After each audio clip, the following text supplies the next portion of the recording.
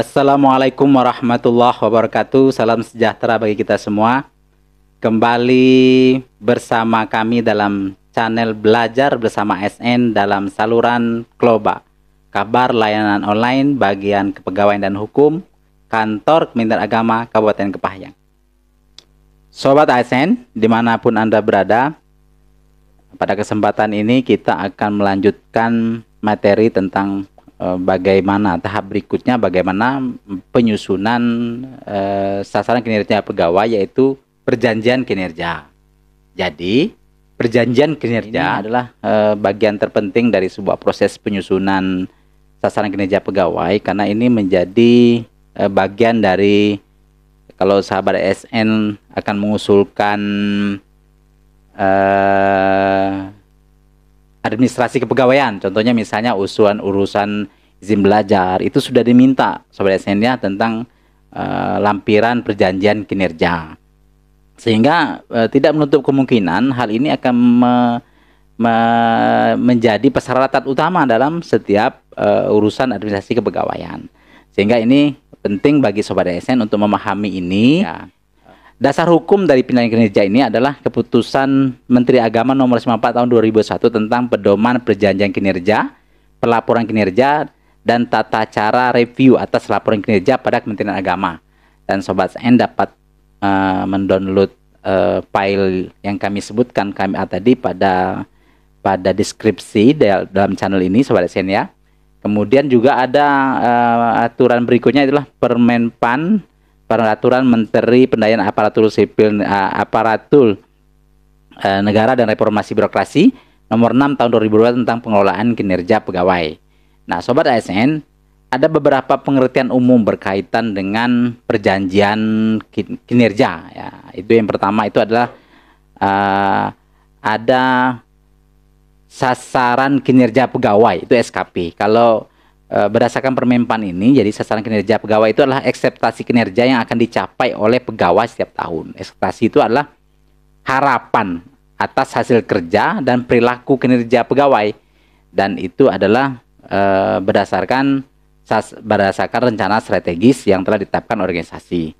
Kemudian berikutnya setelah itu ada proses umpan balik berkelanjutan. Kemudian ada proses berikutnya, ada evaluasi kinerja periodik pegawai, dan kemudian ada evaluasi kinerja tahunan pegawai.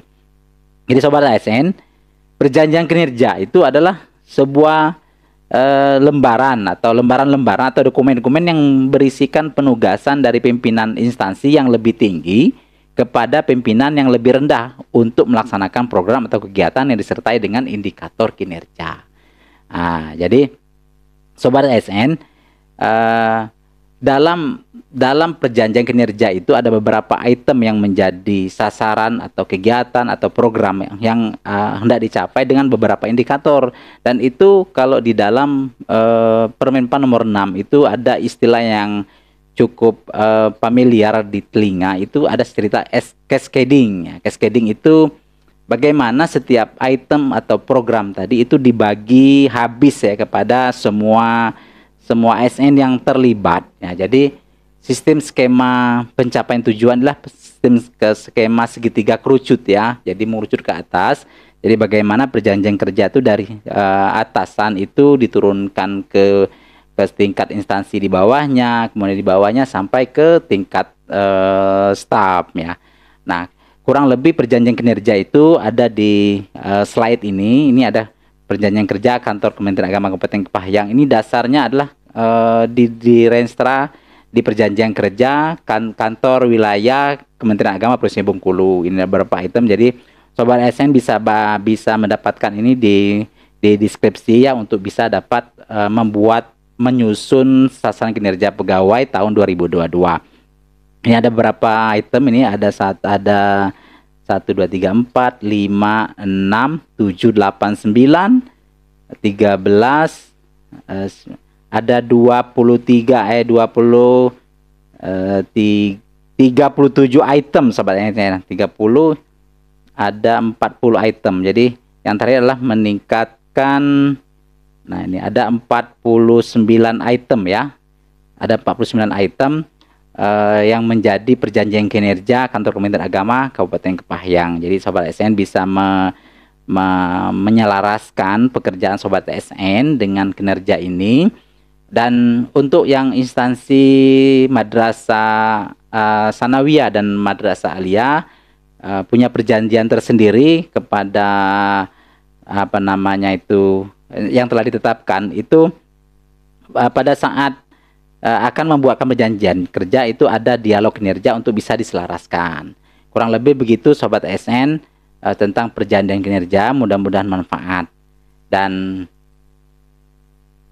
yang berikutnya itu adalah yang terpenting dari setelah proses kinerja ini ya, itu adalah manual indikator kinerja. Ini bagian satu kesatuan dari perjanjian kerja. Jadi perjanjian kerja itu itemnya, kemudian supaya itu bisa dicapai harus ada indikatornya Sobat ASN. Nah, indikator ini ya adalah ukuran keberhasilan kinerja yang dicapai oleh setiap PNS. Jadi pengertian secara umumnya artinya bahwa ada ukuran kualitatif, ada kuantitatif, ada kualitatif yang menggambarkan tingkat pencapaian suatu sasaran atau tujuan yang ditetapkan. Kemudian yang kedua ada sesuatu, ini indikator kinerja ini suatu yang dapat dihitung dan diukur serta digunakan untuk menilai tingkat kinerja. Nah, fungsi daripada indikator ini sendiri itulah menjelaskan apa, berapa, kapan ya program dilaksanakan. Jadi spesifikasinya seperti TOR kerangka acuan kegiatan ya. Jadi yang kedua itu fungsinya menjelaskan siapa yang bertanggung jawab. Kemudian yang ketiga menciptakan konsensus yang dibangun bersama ya, budaya bersama yang untuk mempunyai interpretasi ya terhadap pelaksanaan kegiatan dan dalam menilai kinerjanya. Kemudian yang berikutnya adalah membangun dasar untuk pengukuran, analisis dan evaluasi kinerja organisasi atau unit organisasi. Sobat ASN, tujuan penetapan indikator ini adalah untuk memperoleh informasi kinerja yang penting dan diperlukan dalam menyelenggarakan manajemen kinerja secara baik. Dan itu semua adalah bermuara pada Renstra, rencana strategis organisasi. Sehingga tujuan lainnya lah untuk memperoleh ukuran keberhasilan dari pencapaian suatu tujuan atau sasaran strategis organisasi yang digunakan untuk perbaikan kinerja dan peningkatan akuntabilitas kinerja. Nah, Sobat ASN, beberapa tipe indikator ini ada kualitatif ya. Kualitatif itu bisa dalam bentuk ini ya, baik, cukup, kurang. Jadi indikator ini Sobat ASN di dalam SKP tahun 2022 ini, kalau satuan kerja mempunyai indikator kerjanya bagus, itu berarti secara keseluruhan ASN di lingkungan kantor tersebut maka punya nilai SKP baik, bisa sangat baik. Tetapi kalau seandainya indikator kinerja di satuan kerja itu buruk, maka tidak mungkin seluruh ASN di kantor tersebut mempunyai SKP yang sangat baik. Itu suatu hal yang suatu teori yang tidak masuk dalam penilaian indikator ya. Ini pemahaman bersama tentang SKP tahun 2022. Jadi tujuan utama dari SKP tahun 2022 ini adalah bagaimana kita bersama-sama mencapai tujuan organisasi. Kemudian ada indikator kinerja itu tipenya ada kuantitatif absolut ya, yang menggunakan angka. Absolut itu angka ya, pencapaian 30 orang atau 30 unit ya, dan seterusnya. Mungkin kalau di kegiatan itu 30 siswa dan seterusnya, mungkin bisa dijabarkan oleh Sobat ASN ya. Kemudian ada lagi itu persentase ya. Persentase itu ya 50%, 100%, artinya pencapaiannya berapa persen. Ada juga yang berikutnya ada rasio ya. Rasio perbandingan antara rasio jumlah guru misalnya dibandingkan murid itu nanti ada kalkulasi tersendiri ya. Jelas itu ada tipe indikator kinerja melalui rasio. Ada juga rata-rata dan seterusnya, ada indeks. Nah, Sobat ASN, indikator kinerja ini ada jenisnya, ada namanya masukan. Masukan ini Ya, segala sesuatu yang dibutuhkan dalam rangka menghasilkan keluaran ya. Ada keluaran, output, ada output ya. Jadi sobat SN supaya punya pemahaman bahwa dalam indikator kinerja ini ada output ya, ada output, ada outcome. Jadi kalau output ini itu segala sesuatu yang berupa produk, jasa, fisik ya, sebagai hasil langsung dari pelaksanaan suatu kegiatan atau program berdasarkan masukan yang digunakan. Contohnya sobat SN, kalau di sekolah itu target outputnya adalah siswa berprestasi. Nah, kemudian outcome-nya itu di kemudian hari, dampak dari siswa berprestasi di sekolah itu, maka di tahun depan angka penerimaan siswa sekolah tersebut itu bertambah dari tahun sebelumnya. Itu namanya antara output dengan outcome, itu seperti itu ya sobat SN ya.